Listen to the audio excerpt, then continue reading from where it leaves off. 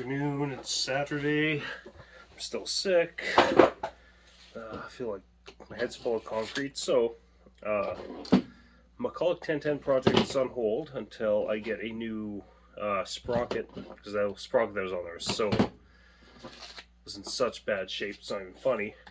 I was actually going to do a startup video of it yesterday. I felt a bit like a dumbass because I grabbed it and said, "Oh yeah, it's right-hand start." Without, I had the clutch all off and stuff with all that stuff. It's not going to start, right? I don't want to put it back together. I was out playing with other saws, and then I ended up bringing this in the house. This is the 54.5cc supmix that I got off Amazon, really cheap. It's a good saw. It's missing a bolt.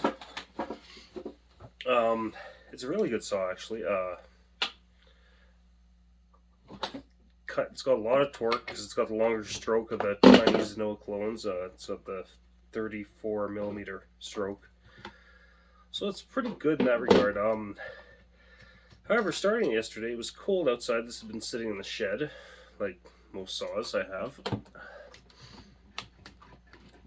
and I went to go start it and started. What the hell? Why has this been a bastard today?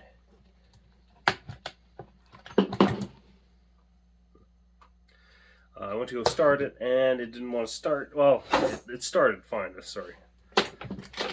Too much cold medication. This is my cold medication today. Old Milwaukee Light. It's December. It's a lushy time of the year. Okay, let's chain off. This bar still doesn't need to be dressed yet. That's good. It's actually the chain it came with. This is actually a knockoff steel chain. It's actually pretty good.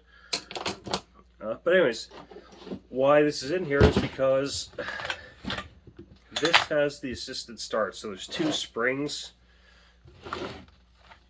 You pull up on here, and it's building up kinetic energy in the one spring until there's enough kinetic energy to flip the flywheel over. But being that it was cold, something different happened. Because the spring rates are different, it ended up causing the recoil, the rope, to come off the pulley. So I've said in other videos, the weak part about these Chinese saws, by far, is these recoils. I mean, I've broken quite a few. Well, not quite a few. Two I've broken. And that was off the Forest King, which is the Beijing Banshee. They're just the weak point, and like this is something silly, but it's, again, because it's a weak point of the saw. I'll show you what happened here in a second. And while this is downstairs, I might actually port it properly. When I got it, I took the base gasket out and then raised the exhaust roof just about as the thickness of the base gasket, and that's about it. So you'll probably benefit from an actual port job. I think that's going to happen. Anyways, so here's the recoil. That's what happened. Yeah. Easily fixable, hopefully.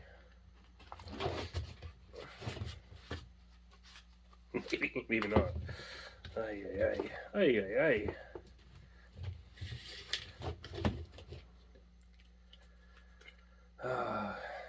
So there is that. Is there any way I could trick it?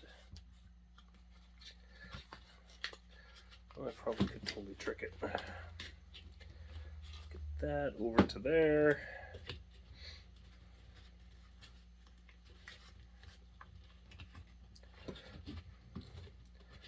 Let's get that. Get some wind it up again.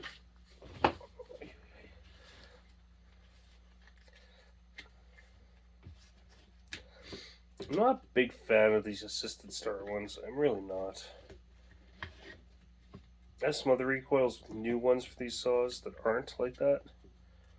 But I'll show you why I don't know if I can use them. Oh, fucking hell, wait till I'm not sick. Feels like my head's full of concrete. Weather's cold. Although we booked a trip to San Francisco yesterday, or this morning actually. There. go. We're trying to take advantage of direct flights from Edmonton to places in the United States, like San Francisco's there, Vegas. We were in Vegas last May. Don't know if we'll ever go back there, but you can go to Palm Springs, Los Angeles, Nashville, Orlando, and they're all like relatively cheap flights. So we're gonna take advantage of those. So aftermarket recoils for these things, like these are the cheap ones. You can get this for, these are like $6 Canadian, and they'll fit, but there's that gap. Some of the plastics are different on these, so like if I put that on there, there's gonna be a gap, and I probably want to seal that up because otherwise that could cause cooling issues. But so these ones are $6. For $17, you get this one, which is made out of metal. And the thing is too, like I could transfer the pulley and stuff, because it's a metal pulley, onto this if I wanted to. I'm not gonna right now. What happened to that, that's, hopefully it's an isolated incident. If it keeps happening, well, we'll see what happens. But yeah, let's get this, all the parts where they should be. So I want to do some timing on this thing.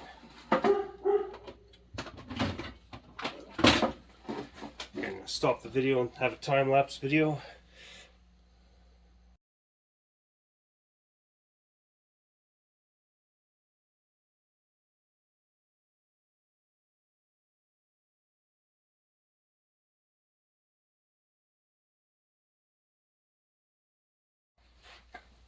So I did the timing numbers on here, and I mean some of it. So this thing has 165 degrees intake duration. That's how long the intake port is open for. It seems high. JB weld might be in order on this. I'm not sure. I gotta do some research before I actually port this thing. This thing has base gasket delete, so keep that in mind. This has, where the hell's my other paper now? What the frickety frack? I need a proper binder.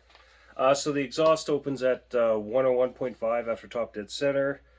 The transfers open at 26.4 after top dead center, which gives us 24.9 degrees of blowdown.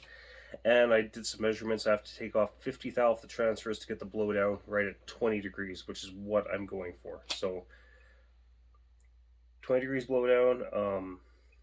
I'll do some research, but I think I need to shorten that intake duration a bit. I think. I'm not sure, but anyways, it's gonna be a project. It shouldn't take that long. But anyways, that's all I got for today. I'm sick. I might go have a nap. Bye.